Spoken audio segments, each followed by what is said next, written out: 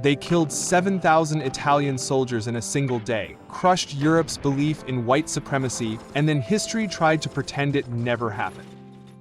While white empires were carving up Africa like a Thanksgiving turkey, treating an entire continent as property they could divide with rulers and ink, one man said no and backed it up with 100,000 soldiers. Italy sent 20,000 troops armed with machine guns, artillery, and centuries of racist arrogance. Emperor Menelik II of Ethiopia sent them running home in pieces, leaving 7,000 Italian corpses rotting on African soil.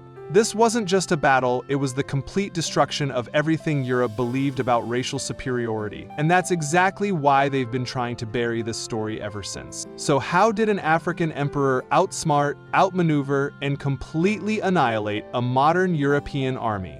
Why did his warrior wife cut off an Italian fort's water supply and force them to surrender without firing a shot? And why don't history textbooks teach you that Ethiopia proved white supremacy was a lie over 120 years ago? Picture this. It's 1884, and European leaders are sitting in a conference room in Berlin, drinking wine, smoking cigars, and literally drawing lines across a map of Africa with rulers.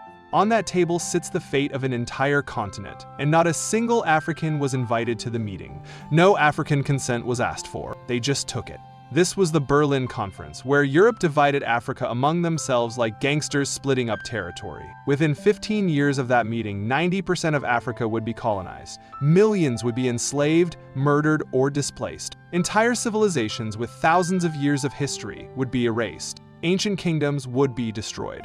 And here's what makes it even more insane. By the 1890s, only 2 African nations remained fully independent. Liberia, which had been founded by freed American slaves, and Ethiopia, a 3,000-year-old Christian empire that wasn't about to let some Europeans waltz in and take over. Ethiopia, also called Abyssinia, was no ordinary kingdom. This was an ancient empire in the Horn of Africa with its own written language, Ge'ez, one of the oldest alphabets in the world.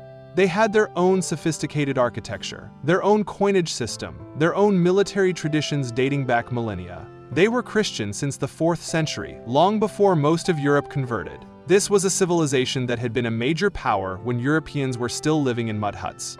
In 1889, a man named Menelik II became emperor. He was intelligent, strategic, and he understood something crucial that most African leaders didn't fully grasp yet. The Europeans were coming for everyone, and you either prepared to fight or prepared to be colonized. There was no middle ground.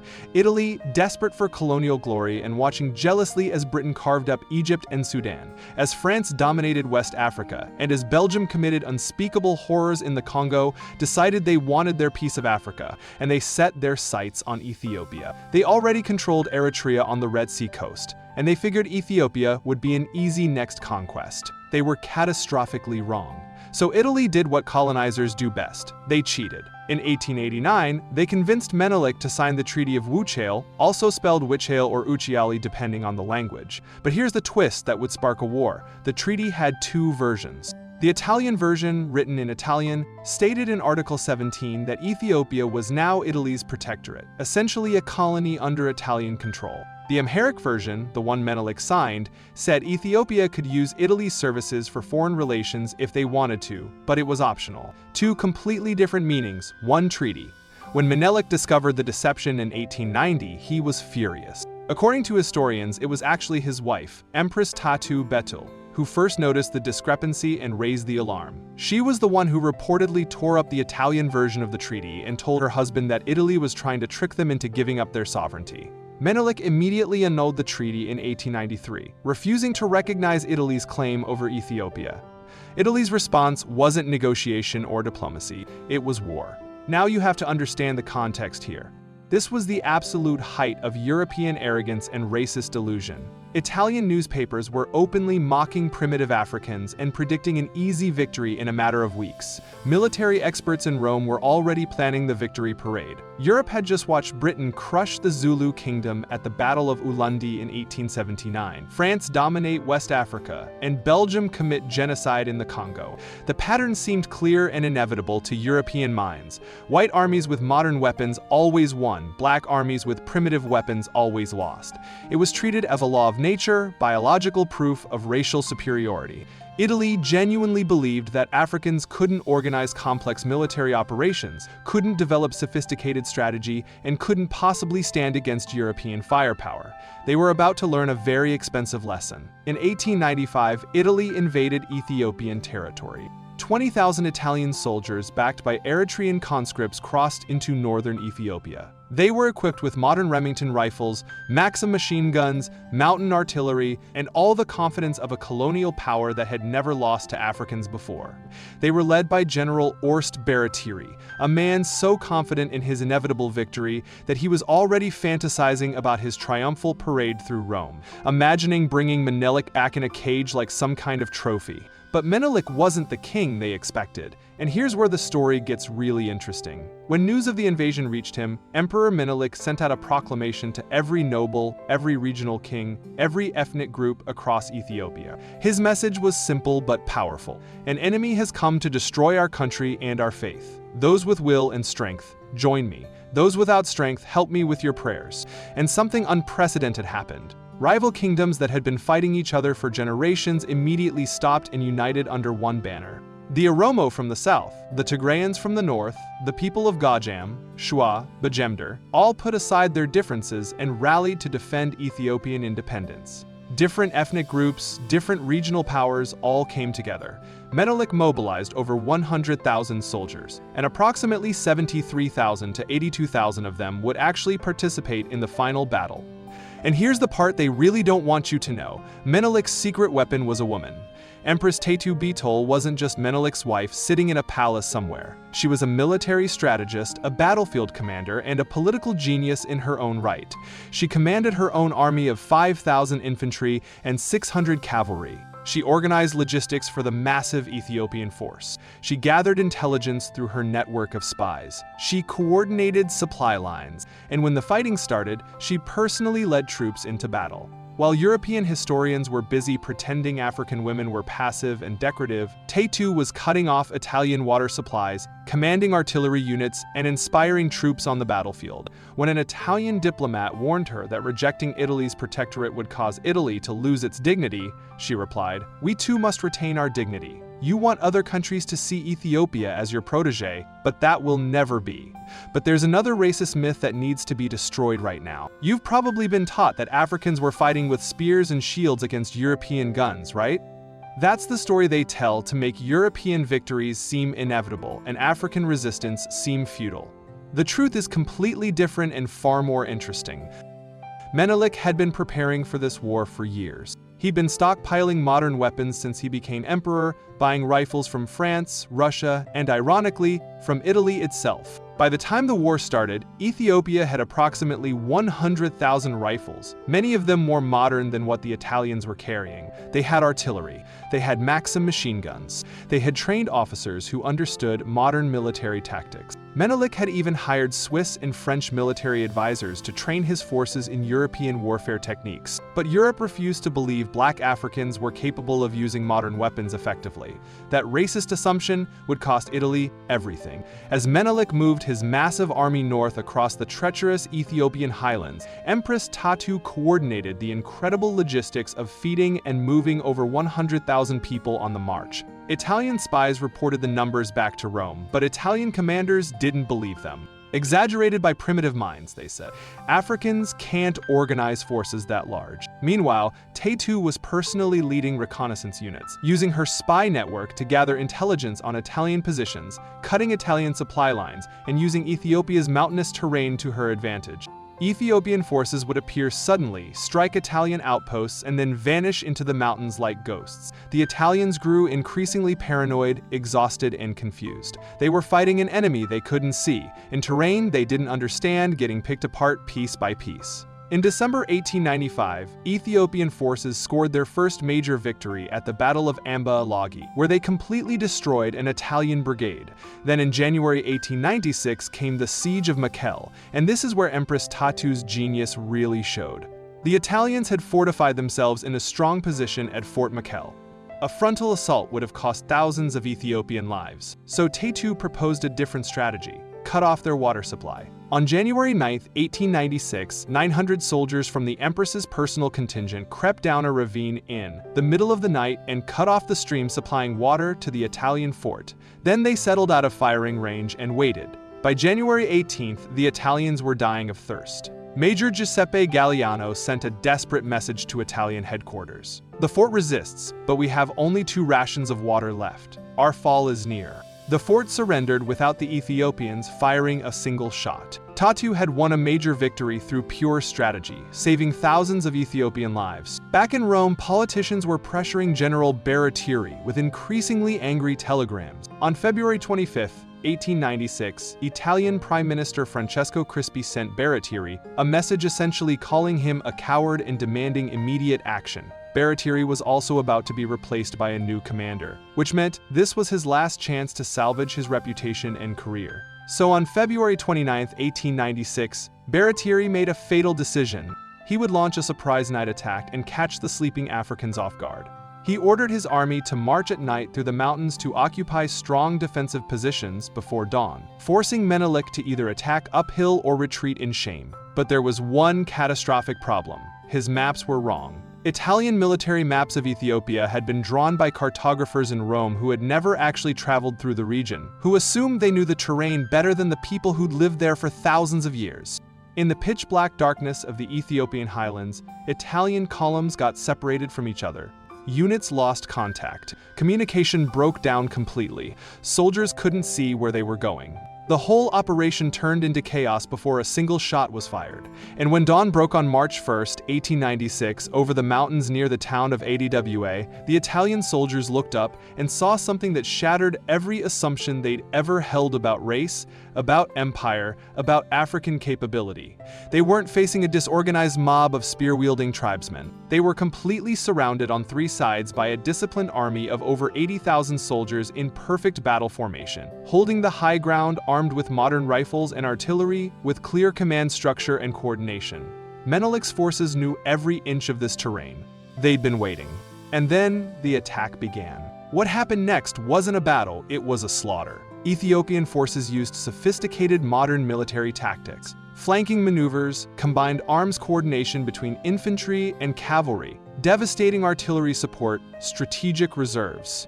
Empress Tatu personally commanded artillery units and cavalry charges, her presence on the battlefield inspiring Ethiopian troops and absolutely terrifying the Italians. The Italian brigades, separated and unable to communicate with each other, were picked apart one by one.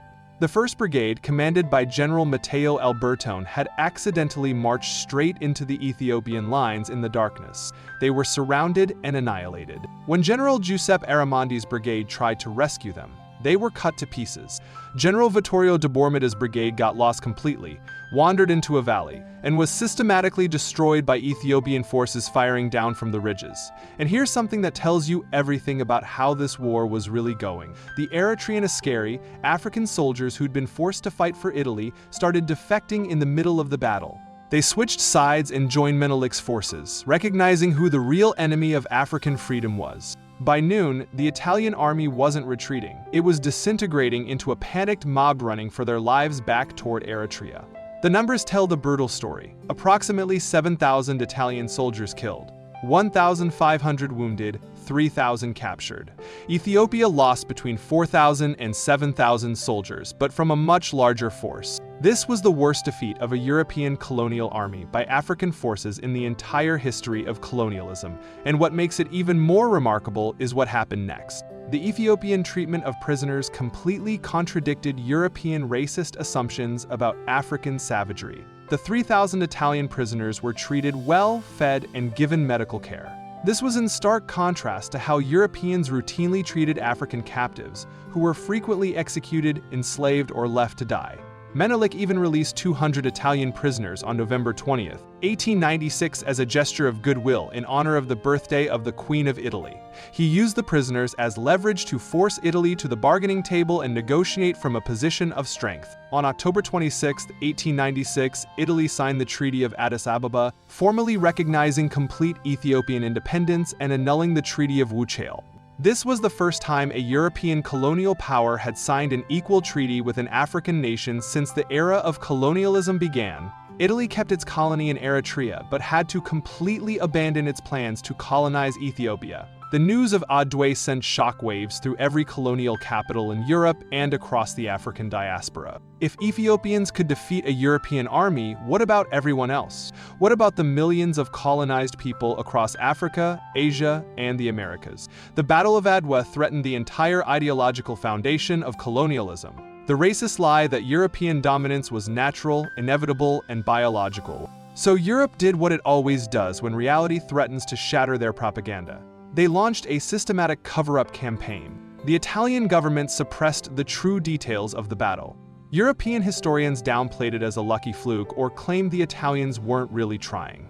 Racist pseudoscience was deployed to explain it away. Ethiopians are Semitic, not really black, so it doesn't count. American and European textbooks barely mentioned the battle, and when they did, they implied Italy had simply underestimated the enemy or hadn't sent enough troops. The erasure was systematic and deliberate. But here's what they were really trying to bury. Menelik was a strategic genius who unified a fractured nation, modernized his military, secured weapons through shrewd diplomacy, and played European powers against each other brilliantly. Empress Tatu was a military commander in her own right, not just a decorative wife, but an active battlefield leader, intelligence coordinator, and the person who convinced Menelik to fight rather than compromise Ethiopia's sovereignty. And most dangerously of all, ADA inspired global resistance movements. When news reached Black Americans that an African army had crushed a European colonial force, celebrations erupted in Black communities across the United States. Marcus Garvey in Jamaica cited ADWAA's definitive proof of Black capability and power.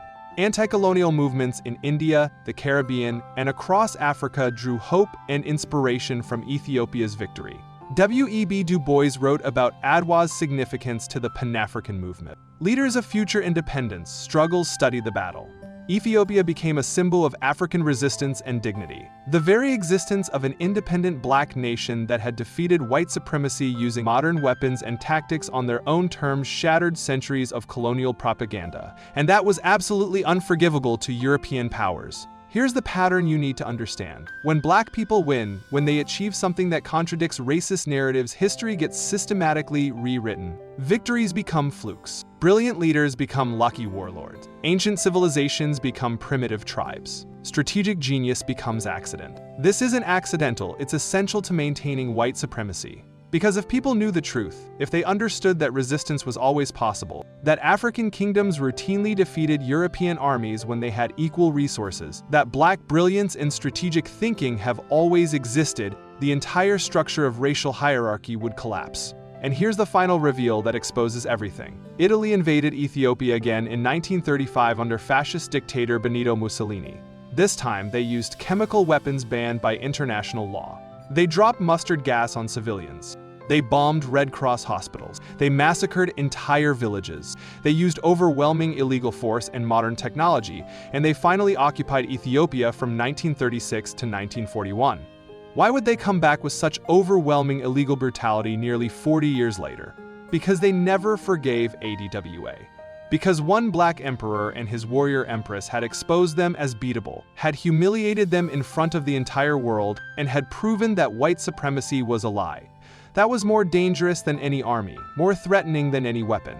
The fact that Mussolini had to return with poison gas, aerial bombardment, and total war tactics tells you everything about how badly Menelik and Tatu had defeated Italy the first time. But even then, Ethiopia's resistance continued. The country was occupied but never truly conquered. Resistance fighters continued guerrilla warfare. The royal family operated in exile. Ethiopian forces, joined by British allies in 1941, liberated the country. Ethiopia's independence was restored, and Emperor Haile Selassie returned to his throne. The spirit of Adwa lived on. So here's what you need to remember. They don't erase weak enemies from history books. They erase the ones who won. They erase the ones who proved the entire system was built on lies. Every time someone tells you that Africans never resisted colonialism effectively, remember Adwa. Every time someone claims that Black people built nothing and achieved nothing, remember a 3,000-year-old Christian empire that stood tall when every other African nation fell. Every time someone suggests that European military dominance was inevitable, remember March 1st, 1896, when Emperor Menelik II and Empress Tatu Bitol commanded, 100,000 soldiers to victory against a modern European army equipped with machine guns and artillery. Emperor Menelik II didn't just defeat an army that day. He defeated a lie, the foundational lie of white supremacy, the claim that black people were incapable of self-governance, military brilliance, strategic thinking, and civilizational achievement. Empress Tetu didn't just cut off a water supply, she proved that African women were military strategists, battlefield commanders, and political geniuses whose contributions European historians deliberately erased. And they've been trying to bury that truth ever since, because acknowledging it destroys their entire worldview. The Battle of Adwa proved that resistance is possible. It proved that when Africans had access to modern weapons and unified leadership, they could defeat any European army. It proved that strategic genius, courage, and determination don't have a race or color. And remembering Adwa proves that historical erasure is never complete. The truth always survives somewhere, waiting to be rediscovered. This is the story they don't want you to know. Now you know it. Don't let them bury it again.